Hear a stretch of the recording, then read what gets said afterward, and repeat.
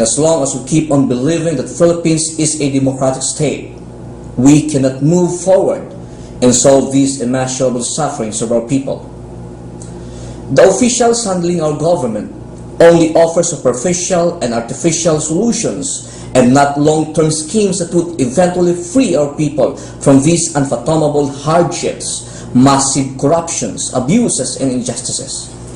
The government and their cohorts are continuously resorting to deceptions aimed at maintaining the status quo. They are manipulating and unethically controlling our educational system, politics, economy, religion, justice system, and almost all basic and fundamental requisites essential to live normally and equally on a civilized society. Are we really living under a democratic system? My answer is a big no. In the Philippines, my friends, democracy is a fallacy. It is just a figment of people's wild imagination. It is a futile concept and actually nowhere to be found in our political system. In other words, it is a pure and clear utopia. As far as I know, democracy is a government of people, for the people, and by the people.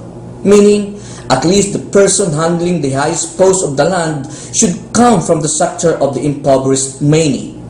That the presidency should basically emanate from the majority of the Filipino people.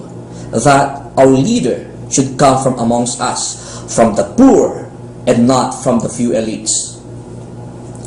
The rationale here is that the vast majority must be well represented in the international, national, and local affairs, and that their interest should be the basic and fundamental interest of the government. That is the very essence of democracy, and that very essence has ceased to exist. The fact, my friends, is aristocracy is deeply rooted in our government, wherein capitalism, as its sole and workable economic system, is a pride practically dictating the primary thrust of the entirety of the governmental programs and schemes. So to speak, our country is basically controlled by big compradors, capitalists, landlords, rich, and elites.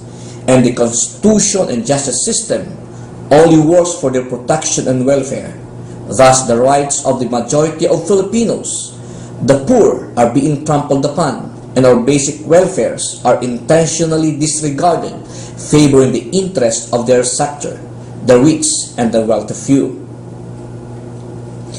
It is really a grave misconception, and really it is a paranoia to believe that Philippines lives in democracy, that we are enjoying the laws and constitution drafted and approved allegedly by the people. Only the famous, my friends, only the famous, the wealthy, rich, and the capitalists are the ones comprising the ruling class. They are the ones controlling the government. Our constitution, our laws, and our judicial system are all inclined to serve and protect their interest. It is because these individuals are the only ones running the affairs of the government, and they are the ones making our laws.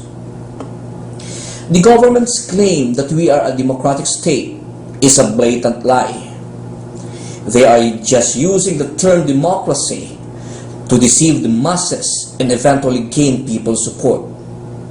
They are just using the term democracy as their springboard, pushing their whims and caprices. Ladies and gentlemen, the only vanguard ensuring the existence of democracy is the right to suffrage or the right to vote. But it is an inutile practice. It makes no sense to all sensible and intellectually mature individuals. My question is, where is democracy if our selection and election process and election per se is full of fraud, manipulations, and machinations? Where is democracy if graft and corruption is almost a daily occurrence in all governmental posts? And where is democracy if our judicial system is rotten, injustice is being bought. And where is democracy if majority of our people are languishing in poverty and are being abused? Now tell me, where is democracy? To tell you honestly, we cannot change the system by means of an election. Election is just changing the people handling various governmental posts, but the system remains the same. The system remains rotten. World history will tell us, and even Philippine history will teach us, that only through revolution that various countries of the world achieve freedom. It is only through armed revolutions, instigated by Dato Lapu-Lapu and Andres Bonifacio and other local heroes, that paved way for our freedom. I can't help myself but laugh every time I see the government boasting that they captured or killed NPA cadres and commanders.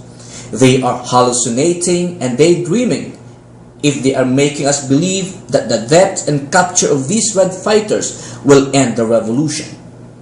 Their premise is illogical and very elementary. They are not really adept to the history of Philippine Revolution. Lastly, my friends, I want to leave you with this famous quote. Yes, the government can kill the revolutionaries, but they cannot kill the revolution.